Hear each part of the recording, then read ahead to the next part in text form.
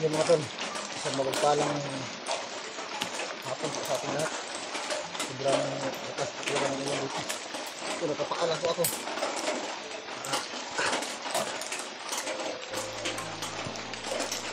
Dito muna ako sa lalim ng unang mangga. Ang sapatos ko, nilagay ko naman sa lalim ng ano, malasa. Welcome back to my YouTube channel. Salamat na pala sa lahat ng mga sumusubra sa mga patuloy nanonood sa aking video. Maraming salamat pala sa inyo. Ayun mga tol, patuloy pala ako sa paglalakbay sa paghahanap ng aking mga kasamahan. Sana kita ko na sila.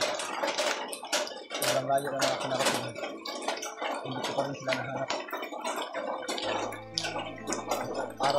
Buong araw at gabi akong maglalakad. Alos, wala na akong kahinok. Pero patuloy pa rin ako sa paghahanap ng aking mga kasama. Para makita ko na sila. So, dito muna ako. Habang umuulan pa. Muna ako ng nagagyan ko lang ng dahon yung parang ano ba, marang hindi at mga baka dyan kasi ng ulan ang bundok na yan salit ko lang ko banda dyan ako kasi dyan ko narinig kahapon yung mga tukok pa nila baka nandun yung mga kasama ko.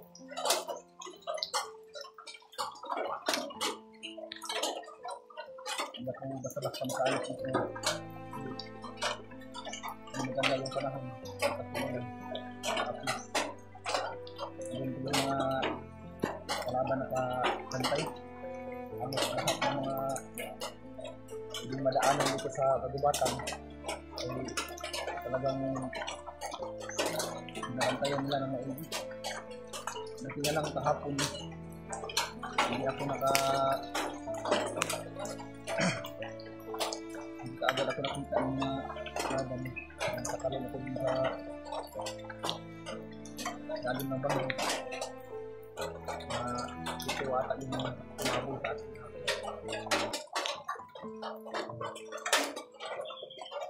kasi ano na lang po isuyo makita ito ng mga kasamahan i-share na lang ang video. Ito yung location ko dito ako hilalim ng mangga ay ano kasi dito tumba ng mangga ito yung landmark ko para madali ako mahanap ng aking mga kasamahan kung sakasakaling hinahanap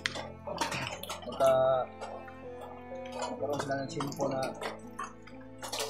para maghanapan kami so, kaya magkasalubungan kami ito yung landmark dito ako sa ilalim ng mangga walang ibang mangga dito na natumba ito lang isa tapos dito sa bandang likuran ko naman ay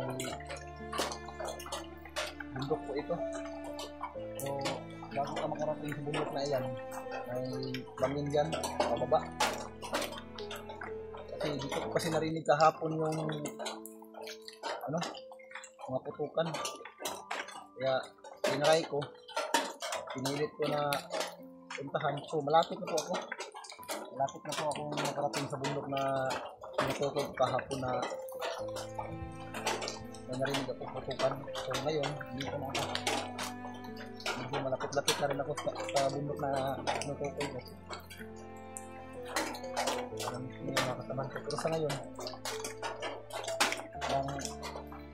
wala namang ano tahimik ko yung paligid so hindi pa rin tayo maging kampanya so baka andyan lang yung mga pandito yung mga kalaban baka nagtatago lang sa ilalim ng mga puno kasi bakas kasi yung ulan so ngayon hindi naman medyo ano lang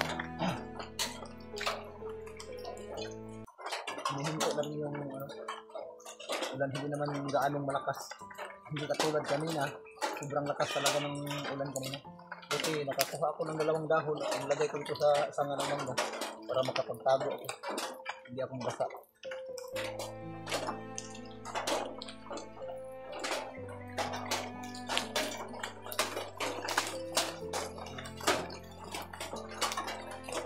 Pagkatapos ito,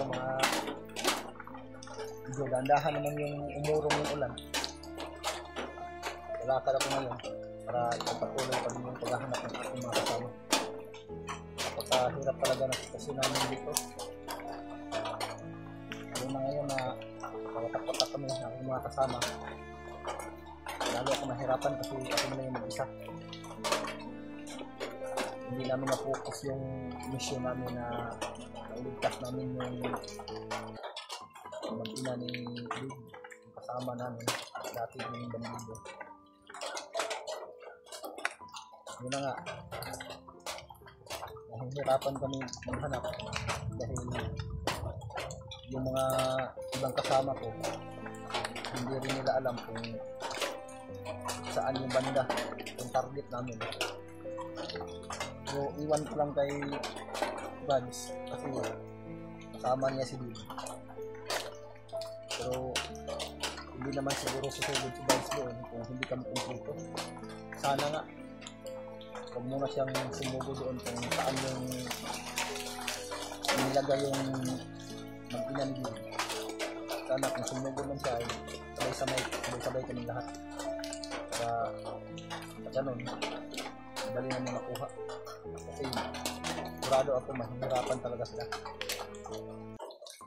Ang dami kasi mga kalaban nakaabang. Kung papala rin makarating ako doon at makita na kami, medyo dagdagan din yung mga pwersa namin kung sama-sama kami lahat. Pero sa ngayon mahihirapan talaga kami kasi magkawatak-watak kami. Ang pinaka ko nito, nagsisikapan ko nito ay mabuo ulit kami para dating sa hindi natin maiwasan, nandiyan yung mga kalaban. Sa time na makikipaglaban tayo, hindi naman tayo mahirapan basta buo lang yung tropa o team lang. So sa ngayon, medyo tagilid tayo ngayon. Tulad ngayon, yung ulan pa, hindi na maganda yung panahon. Tayo basta-basta makapatuloy sa ating paghahanap ng mga kasamahan.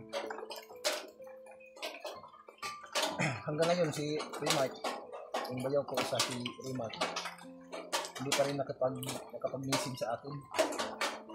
Pero may mensahe naman ako na parating sa kanya, nag-send ako yung location ko. Iwan ko lang kung nabasa niya kasi hanggang ngayon kahapon pa lang, hanggang ngayon hindi ko pa rin natanggap yung reply niya sa akin. Pati si Julio wala rin. Si Julius, nabasa ko sa comment na bumaba daw si Julius, umuwi daw para ipagawa yung cellphone niya na nasira.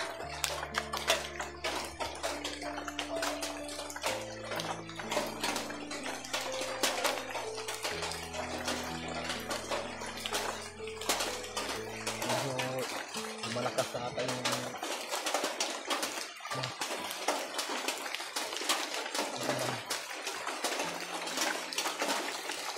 matak mo na ko yung sa akin.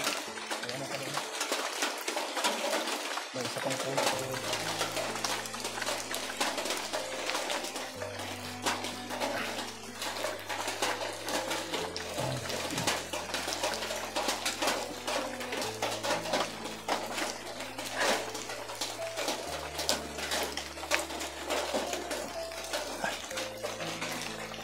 Patuloy tayo. Lilipat ako ng ibang pwesto kasi mababasa talaga ako dito sa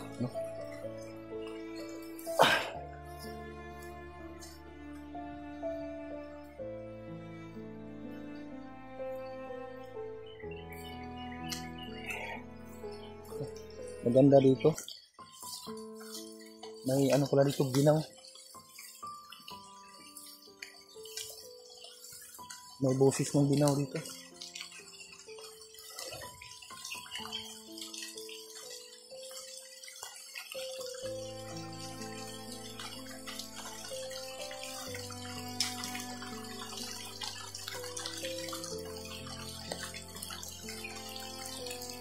nahihirapan tayo dito. Walang ano, magandang ano dito, mapagtaguan. Yung hindi ako pwede magtagal dito mga tol kasi ano dito, madali tayo makita dito ng mga kalaban.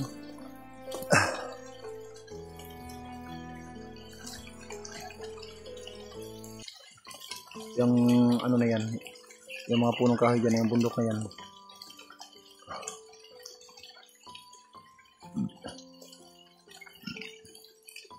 dyan ako papunta ngayon,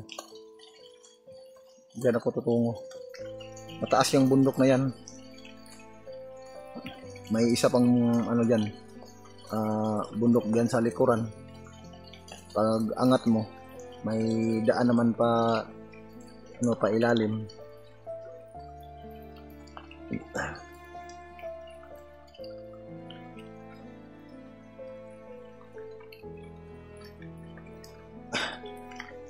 Maganda sana dito, kaso lang madali tayo makita kasi walang masyadong ano, napagtaguan ng mga yakan.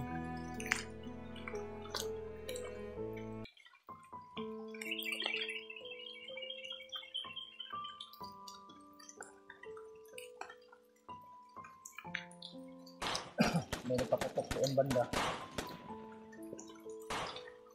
Ito na nga siguro yung ano, parang malapit na siguro ako dito sa naroroonan nila bayaw, labad. Baka kami nandito sila. Kasi may putukan minsan. Naririnig ko dito pero hindi naman masyadong malakas. Yung putok na marinig ko mula dito. Ano siguro yung distance ng putok, yung layo. Nasa mga 350 meters. Yung distansya ng putok. Hindi gaano malakas yung putok dito.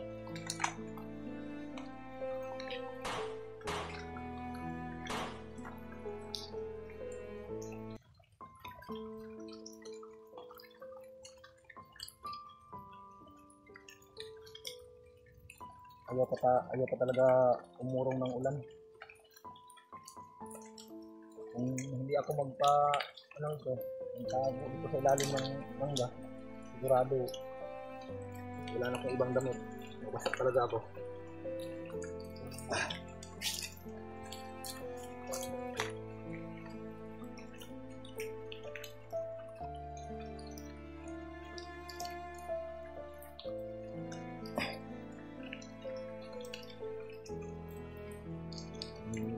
Dito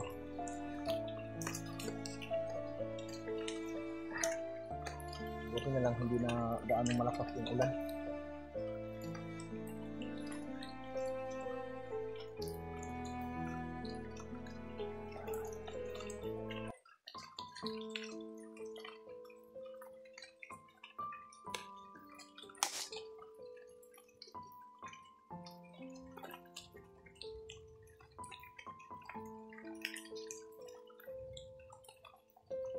May mga ano pala dito, mga hayop, pilisan ng ano, so mahirap ito hulihin, pilisan na itong katagin, pero ang laki naman itong ano to, yung binaw.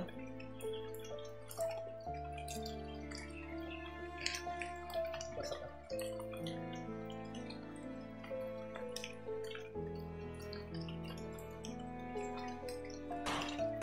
may putukan na naman oh.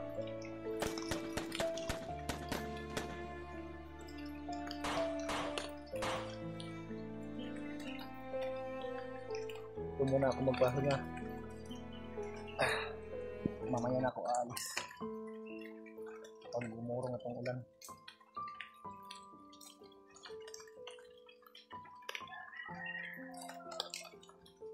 Dami pa lang mga manok dito. Yung mga ligaw na manok. Natawag sa Bisaya ng mga alas sa ihas.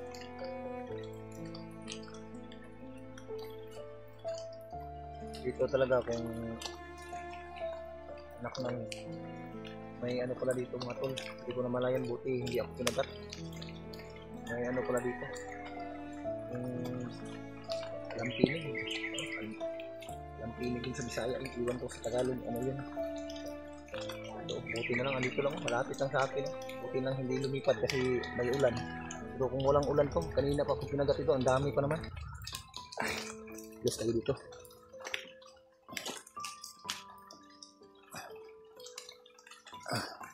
Yung mga tol, patuloy tayo papunta sa bundok na yan para sana'y makita ko sila, buds, at yung mga kasamahan ko.